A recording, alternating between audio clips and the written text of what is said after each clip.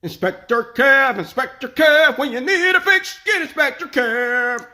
Hey, welcome to the channel. And in today's episode, I have a toilet that's continuously flushing, or it's also intermittently flushing. And I believe the problem is going to be the flapper. So what I need to do is get down there and inspect it. I mean, you may be having the same problem too. If your toilet keeps flushing or keeps cycling, problem is likely a leaky flapper. So we're going to get down and investigate.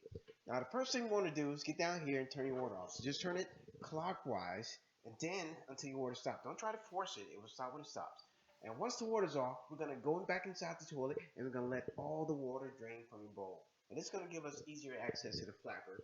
And for me, it's going to be this red disc at the bottom of my bowl. Could be black for you, could be orange, could be many different colors, but a flapper's a flapper. So basically, we just want to get in here and we're going to take this flapper out and we're going to give it a quick look and see what we have here.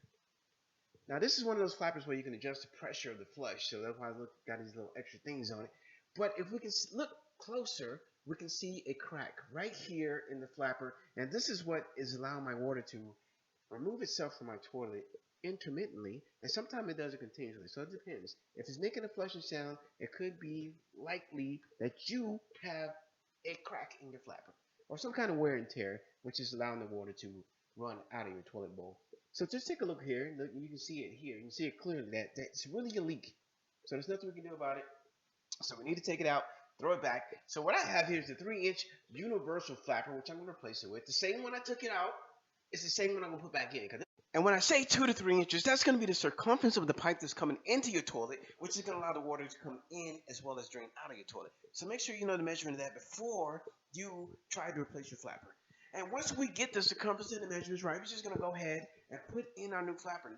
For this toilet, you're just going to slide it onto the rails here, which are in place. It could be a little different for your toilet, but putting the flapper in place is a pretty simple process. Now you want to make sure you're going to get the chain right. That way you can get your flush pressure right. The flapper can live at the proper height when you flush the toilet. Now once you have all that in place, just give it a few checks. Oh, that looks good. Looks like when I flush, the water's going to go out. So now that I've checked it, got the chain placement in place, the new flapper's in place, now I'm going to go back and turn the water on. And just turn the water until it stops. Don't try to force it. When it stops, it stops. Now, here we are. We're going to let the water fill back up. And we can see that the flush valve is doing what it's supposed to do. It stops when it gets to where it goes to go. And once it stops, we're going to put the top back on it. And we are finished. Inspector Kev, when you need a fix, get Inspector Kev.